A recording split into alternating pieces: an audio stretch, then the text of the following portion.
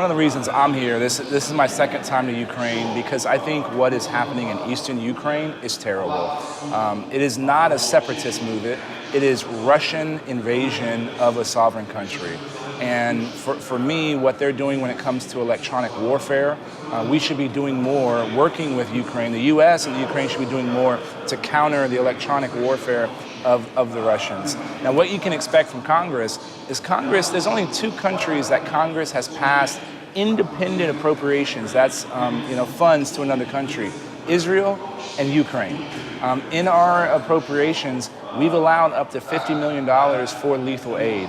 And that is something that I know this administration, the Trump administration, is reviewing the provision of aid. Because I believe things like javelins are needed here to help with Ukrainian defense against Russian aggression.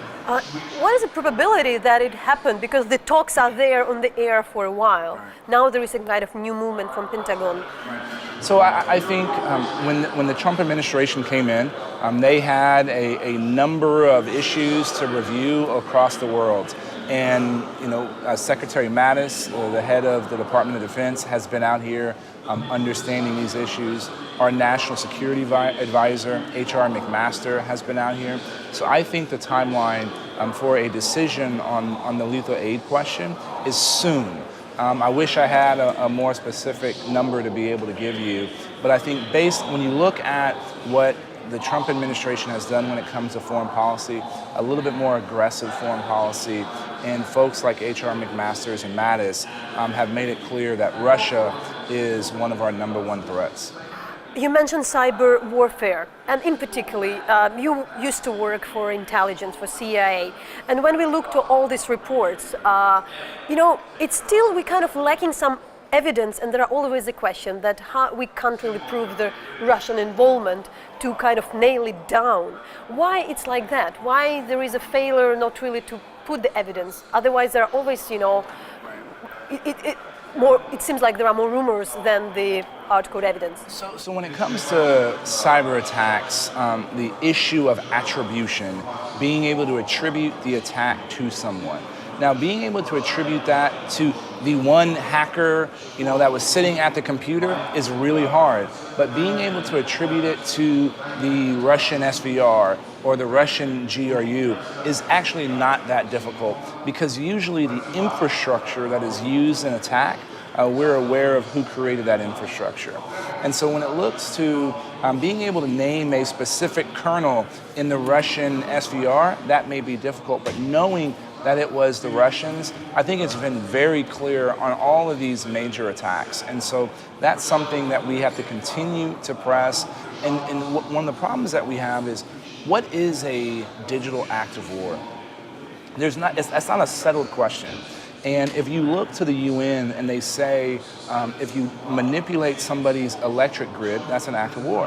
Well, that happened here in Ukraine by the Russians doing a cyber attack on the utility grid. And there was no response from the international community, which to me is unacceptable. We should be establishing what our responses should be to certain types of behavior, right? We should be able to say, you should have certain red lines that say, if this happens, here's going to be the response. And the response may not be a digital response. Two summers ago, when the Russians were involved in trying to influence the U.S. elections, I had been saying from the very beginning, at a minimum, we should kick the Russian ambassador out of the country. So our response to behavior doesn't always have to be in that same realm, but we should be thinking through what those issues are. For me, right now, the sanctions against Russia for their invasion of Ukraine, I think that has to stay until Ukraine is whole again. President Trump recently again was speaking about building the wall in Mexico. You were speaking really much against that. And you're a Republican. How it goes together, and as well, what is the probability of building this wall? So I have 1,300 kilometers of border between the U.S. and Mexico, more border than any other member of Congress. And building a wall from sea to shining sea is the most expensive and least effective way to do border security. We should be thinking about a smart wall where we can use manpower and technology to determine what is or isn't coming across our border. It's a fraction of the cost of building a concrete structure, and it's more likely to happen. This debate is going to continue through December, and we'll see how it ends up. Do you have support in your party, and how divided is the party? I mean, you're Republican, speaking against some of the policies of the president. This is the great thing about the United States government, is that even though I'm of the same party of the president, I agree when I agree and I disagree when I disagree. Nobody has ever said, no, we shouldn't be using technology to defend our border. And I think when you start seeing working prototypes of the type of technology that can be used, I think that's going to ultimately change a lot of people's minds. You worked a lot on counterterrorism in the Middle East, in Pakistan and there. Now we're speaking about the time when there is a chance to defeat ISIS. But everybody says, especially when we talk to the people on the ground, that there is no strategy what to do next, because there could be some terrorist attacks in other towns if the caliphate is destroyed. So your experience, what really should be done to deal with this issue, with the post-ISIS caliphate? Look, we've defeated a number of terrorist organizations before, but the ideology still exists. I think when we look at terrorism, we got to think of it like influenza. We've never been able to get rid of influenza, but it comes up in certain areas worse than others. We have to make sure there's political stability in these regions where you see the Islamic extremism grow, but we also have to do a better job of countering Islamic extremism as well.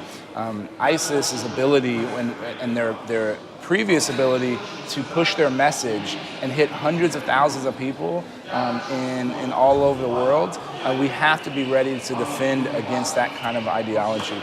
And that's something that governments and the private sector have to continue to work together in order to make sure that that message doesn't sink into the minds of young men.